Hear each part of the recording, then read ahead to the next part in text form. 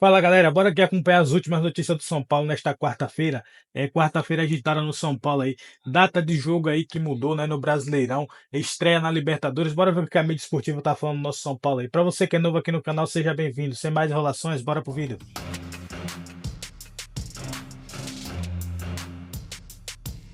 Concentração de um veterano aos 18 anos. Anota o nome dele: Bezerra. Atual campeão da Copinha. Um jovem volante do São Paulo que por muito pouco não precisou desistir do futebol. Foi nesse campo que o Bezerra começou a treinar futebol aos 6 anos de idade. Nem desconfiava que um dia teria um contrato profissional com o São Paulo. Também não imaginava que uma década depois das primeiras jogadas por aqui, descobriria um problema de saúde que poderia atrapalhar aquilo que faz o coração dele bater mais forte.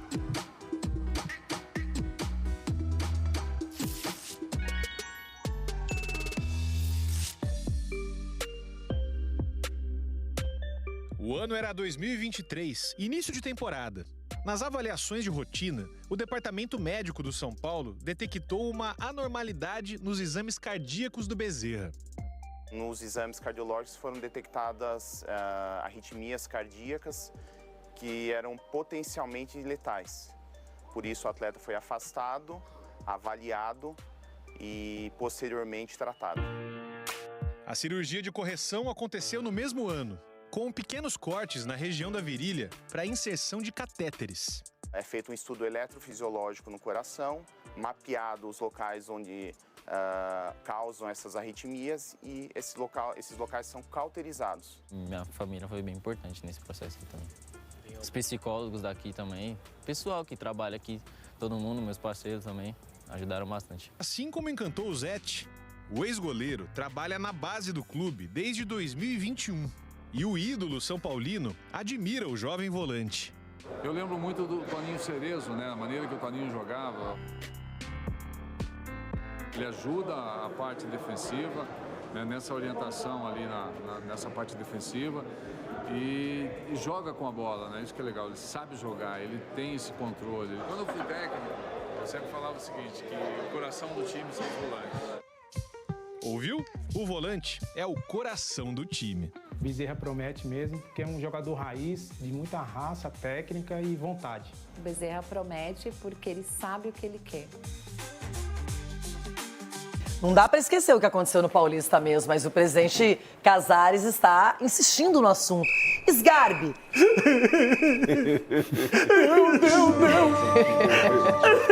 Não deixa assim, hein? Cara, o que o Paulistinha vai fazer com a vida desse cara? Mas, enfim. O Paulistinha que todos gostariam. Não, isso é meu papo. Sgarbi, de verdade, o Subeldia, lá no começo da temporada, nos Estados Unidos, na terra que você frequentou também, na Disney, ele declarou que o São Paulo era favorito a ganhar a Libertadores. Eu lembro disso. Você está com o seu técnico? Não, podem dar risada, cara. Mas o São Paulo é um forte concorrente.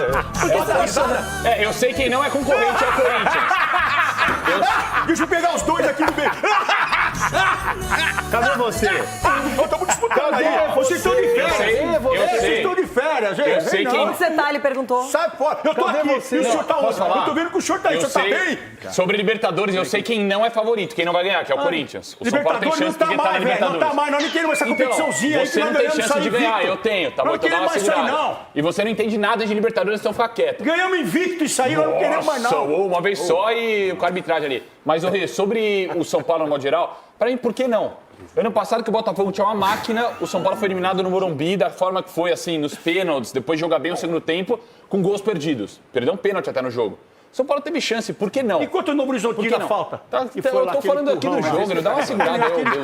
Então, pra mim, é uma competição que com certeza vai ser o foco do São Paulo. O ano passado, você fala com qualquer pessoa internamente, jogador, comissão, vai falar, putz, aquele título ficou... Aquele jogo é o que ficou marcado. O São Paulo, ele desanimou na temporada. Nitidamente, o São Paulo caiu de rendimento depois que foi eliminado da Libertadores. Posso cravar aqui? O São Paulo vai ser campeão da Libertadores esse ano. Nossa, é isso aí. Posso dar uma opinião? É isso aí. Parece que você falou que seria paulista também. Mas o Paulista ficou pro timinho ali do Ronaldo. Marco Aurélio Cunha, manifeste-se. Libertadores é para time que tem tradição em Libertadores. Tem aqueles que tentam.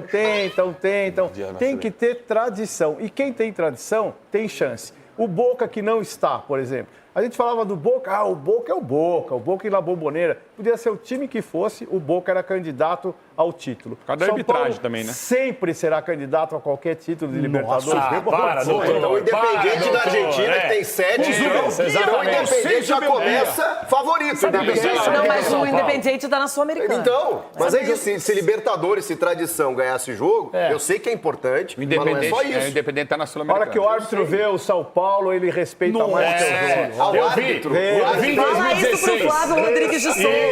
O Paulista não deu certo. Eu vi em 2016. O Paulistão foi lindo igual no Horizontal. Meteram a mão no São Paulo. Aqui não, aqui não respeita. Por que esses caras... Desculpa, calma aí. Por que esses caras... O Capelano, se fala Libertadores, pra ele tem que abrir o dicionário. O Chico vai jogar a Série B em 2027. Eu sou tri da Vai jogar a Série Libertadores, B em tá? Desculpa aí. 2026. Vai jogar a Série B em 2026. O Ronaldo se fala de Libertadores. Invicto. Como é que é o Ronaldo? Vai. Ganhamos invicto.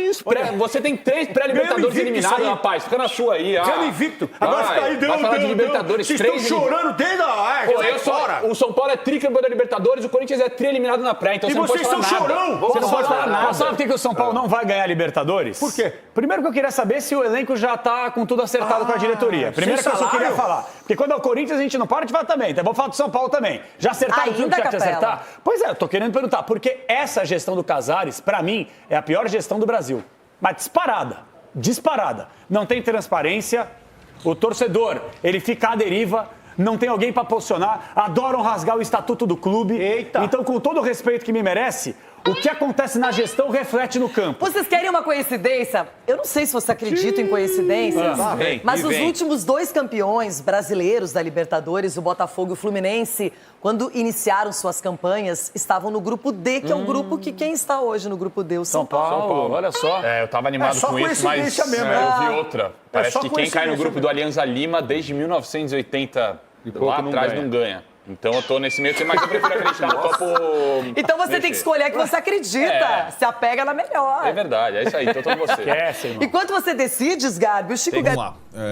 Eu acho que o que aconteceu a partir da divulgação das tabelas da Libertadores Sul-Americana foi cada um tentar ajeitar como possível a sua vida, né?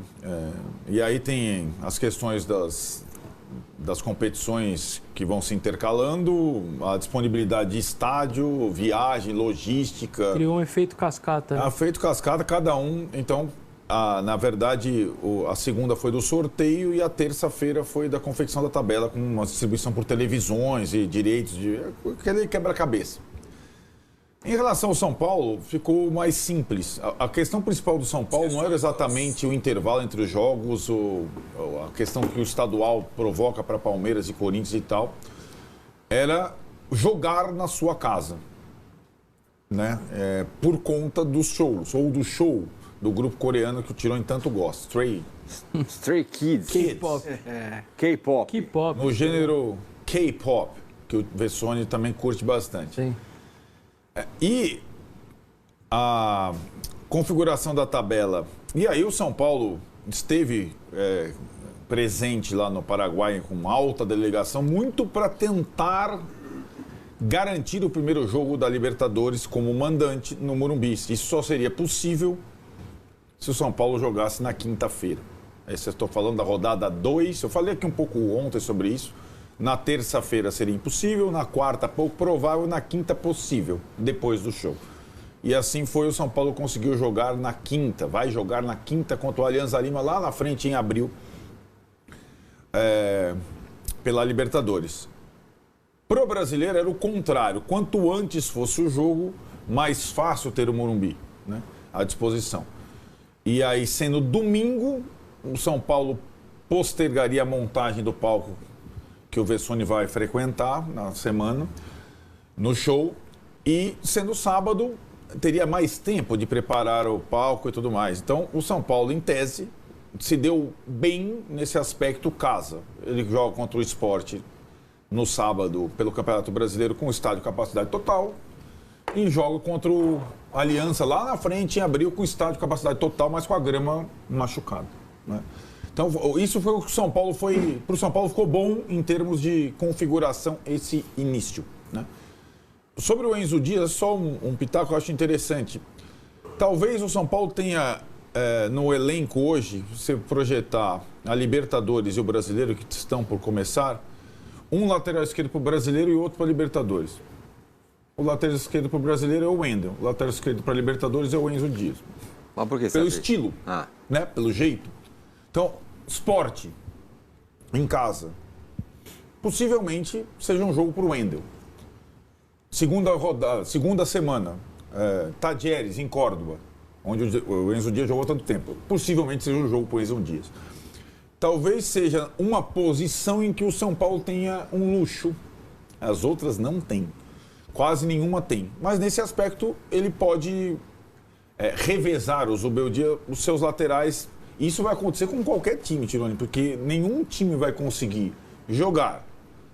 Pode ser o São Paulo, o Corinthians, o Palmeiras, o Flamengo, com o mesmo time, com a mesma equipe, no Brasileirão e na Libertadores ao mesmo tempo. Impossível. Pode durar uma semana isso. Não mais que uma semana. E a gente tem encavalado aí já. Não tem, aliás, não pode acontecer nada, nenhum fenômeno natural, tal, porque não tem data nenhuma daqui para frente. Né? Então, é essa situação que se configura. No caso do São Paulo, acho que a tabela e a garantia do Morumbi ficaram de acordo. Acho que o time não tem o que reclamar, nem um pouco. E até que a diretoria, que tanto fica incomodada quando se fala em bastidor, fez um trabalho de bastidor para empurrar o jogo para quinta-feira, o da Libertadores contra o Alianza Lima. Para dizer que não foi tudo bem, né? Você vê como são as coisas, né? Pouco antes daquela declaração absurda do Alejandro Domingues, que marcou o Congresso da Conmebol, a declaração do Tarzan, depois de tudo que aconteceu, o Casares, presidente do São Paulo, tinha postado uma foto com o Alejandro Domingues na visita do São Paulo à Conmebol. Ele tinha comentado, Casares, no sorteio, a presença do São Paulo de um outro clube numa audiência particular com o presidente da Conmebol, capitalizando a recepção, sendo que qualquer contato com o Alejandro Domingues essa semana, não sei se seria uma coisa... Não é mais muito positiva, né? Exatamente. Aí ele apaga a postagem e coloca lá, depois de tudo aquilo, depois que os clubes brasileiros também começaram a se manifestar, o Palmeiras sobretudo, evidente, coloca lá a postagem, que era uma postagem interessante que era na camisa do São Paulo que enfrentou o Palmeiras, é a sugestão racismo menos 3 pontos, que é um pouco daquela questão da punição esportiva que a gente está falando, que talvez seja a única possibilidade de intimidar manifestações racistas pela América do Sul, punições esportivas. Só lembrando, o São Paulo muda de sábado para domingo por conta da final do Campeonato Paulista. Domingo para sábado. Hã? O jogo do São Paulo muda o de domingo para o sábado, para quem não entendeu, mas por que mudou do domingo para o sábado? Porque o Corinthians e o Palmeiras jogarão no domingo. Você não pode ter 2 jogos na cidade, na capital, com 2 grandes torcidas. Então trouxe São Paulo, Corinthians e Palmeiras para o domingo, trouxe o São Paulo para o sábado, para manter a quinta-feira, que está definida, então, dia 27, a decisão do Campeonato Paulista. Então, a mudança depois eu acho que teve bastidor. A do Sport, que ajuda, eu acho que foi mais sorte do que juízo, porque senão ia ser no domingo.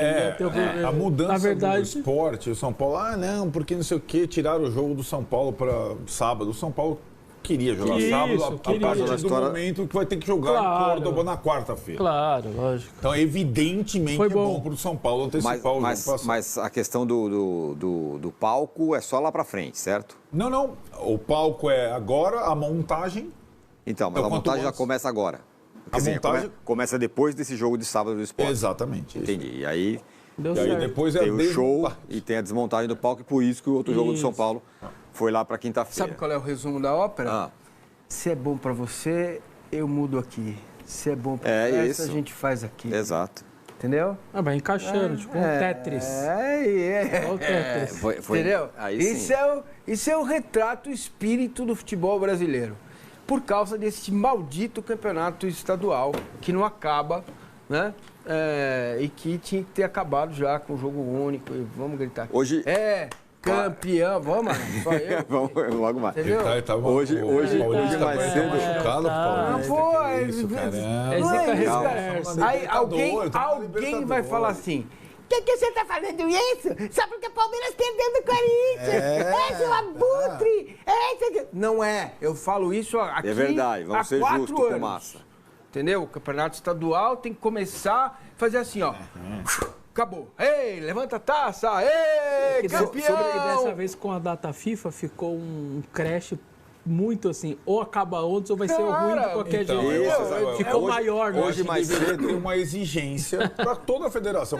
Isso, cara. Acaba de Hoje, em outro CNPJ, esteve fazendo um programa com o Casagrande e ele, como jogador, falou, cara, esse negócio é uma aberração. Claro que é uma aberração. Você tem um jogo num dia, ele pode passar 10 dias e outro jogo. Mas sobre São Paulo e Evangelos Marinax, para te contar o que há de verdade e de mentira em tudo que vem sendo publicado nos últimos dias. Sim, o Tricolor e o magnata grego estão muito perto de um pré-contrato.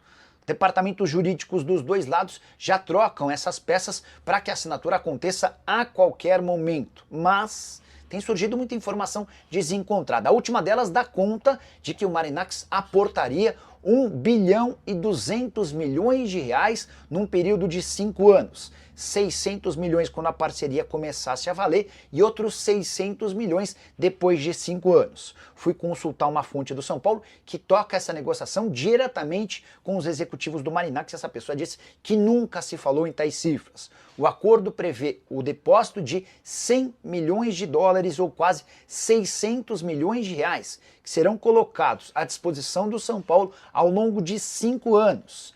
E esses depósitos serão ou estarão atrelados basicamente a investimentos para a categoria de base. O São Paulo pretende se tornar o maior clube formador de atletas na América Latina. Surge um craque de 16 anos na Argentina, o São Paulo compra.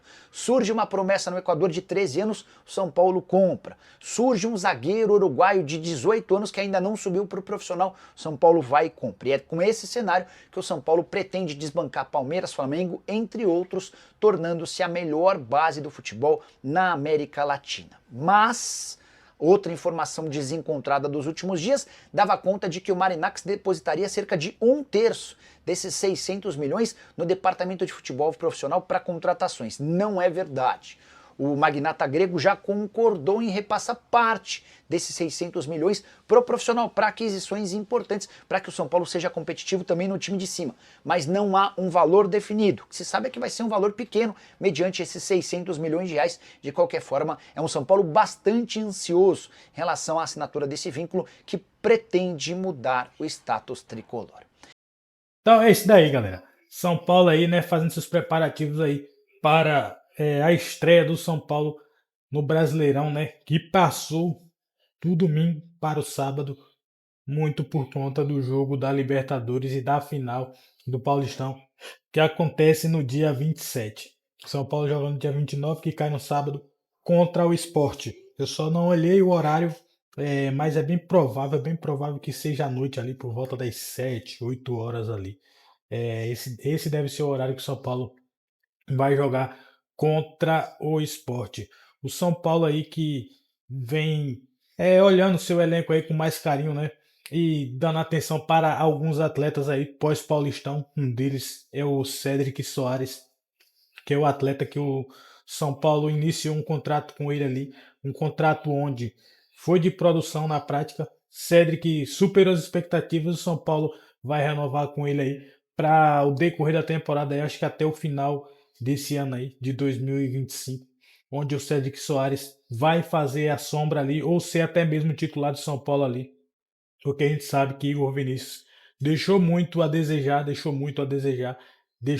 mesmo. Eu sou um defensor do futebol do Igor Vinícius, mas durante o Paulistão não deu, a bola estava pipocando demais no pé dele. O Cédric Soares entrou, mesmo com as dificuldades físicas dele, que dava para ver, né, fora de ritmo de jogo, jogou melhor do que o Igor Vinícius, e acredito que essa mini pré-temporada que o São Paulo está fazendo aí sirva muito para o Cédric Soares voltar um pouco mais bem fisicamente aí. São Paulo que vai jogar sábado agora, no jogo treino contra o São Bernardo aí, para não perder o ritmo de jogo aí, e já na próxima semana já joga pelo Paulistão, né?